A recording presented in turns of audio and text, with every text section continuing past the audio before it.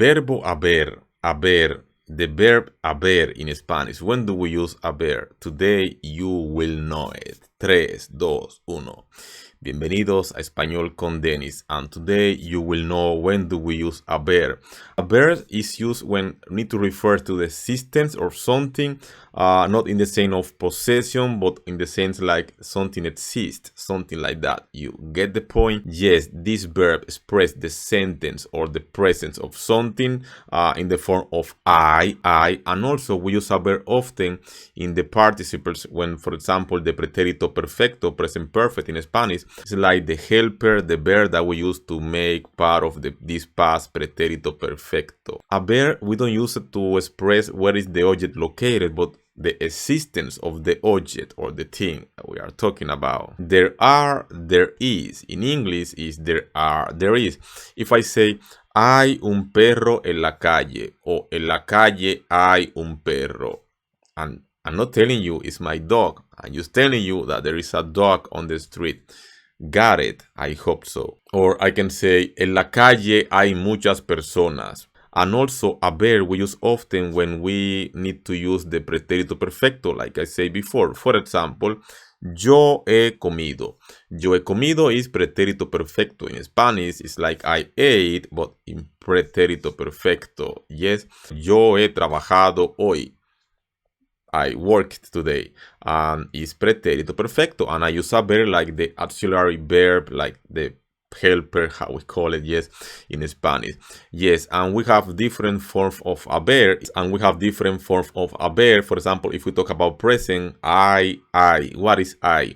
I is, there are. There is, there are. For example, hay un ratón en mi casa. Hay un ratón en mi casa. Hay muchas camas en esta casa. Hay muchas camas en esta casa. I mean, there are a lot of beds in this house, guys. Yes, the existence, not the possession. Got it. And also there is another form of haber is había. Había is pretérito imperfecto. Yes, and it's like there was, there were in English. For example, había una persona muy extraña allí. Había una persona muy extraña allí. It means that there was very strange person looking at me. Había. Hubo is the form of pretérito indefinido simple. Yes, past simple in this context, if you want to call it like that. Hubo una fiesta en mi casa. Hubo una fiesta en mi casa. There was a party in my house. You have I, you have había, you have hubo, pretérito simple, and also is there was, there were, we can translate in English. Habrá is the future. Habrá. It's like there will be. There will be. For example, imagine that you are going to a concert and you say, habrá mucha gente en el concierto. Habrá mucha gente en el concierto. And we have another one. If you didn't know, we have va a haber. Va a haber. This is another future that we have in Spanish. With the verb ir, we form the future va a haber. Va is the verb ir, and we use the term form. In infinitive, the verb haber. Va a haber is like there is going to be. There is going to be. For example, va a haber una fiesta en mi casa. Va a haber una fiesta en mi casa. And if you notice, when we pronunciate this one, it sounds like va a haber and not va a haber. For example, native speaker, va a haber una fiesta en mi casa. I didn't say va a haber, I say faster.